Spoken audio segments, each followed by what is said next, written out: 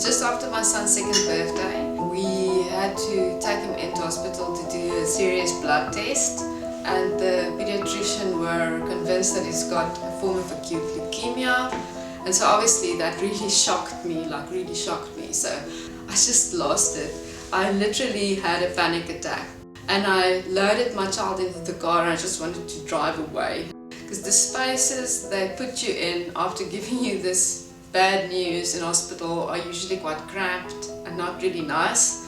So I think it made me really feel like I needed to get out of the hospital, I needed to get air. I went out the back of Durbanville because we were living in Durbanville at that stage. And then I reached this one specific spot. It's really beautiful. It's just this open field, and then you could see really far back in the background, you could see Table Mountain and this beautiful sky. And I remember I looked at this landscape and I thought, this is exactly what I needed. I needed just the space to breathe. And interestingly, I took a photo of that. And then I went back to face reality. I was really blessed. My son was cured. So we were really spared a lot of the trauma and the sadness around having a child that needs to get treatment for cancer. But interestingly, we moved into an apartment and my next door neighbor approached me, and her grandson Angus is being treated for leukemia at Grooteskier Hospital.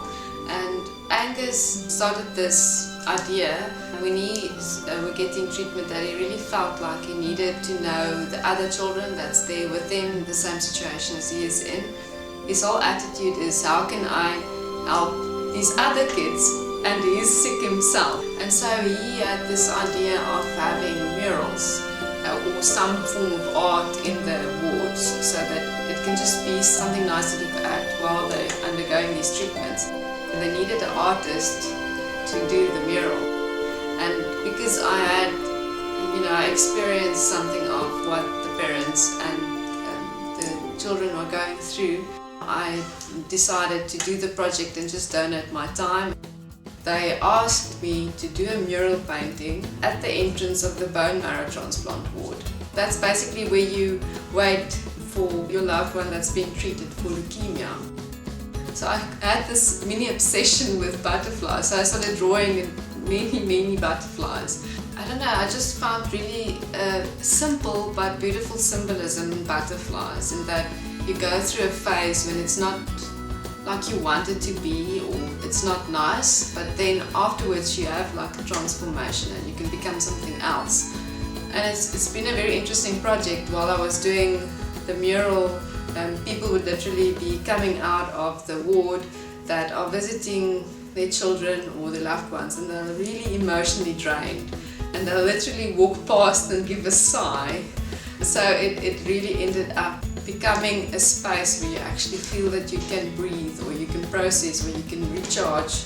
That's really needed in this kind of environment.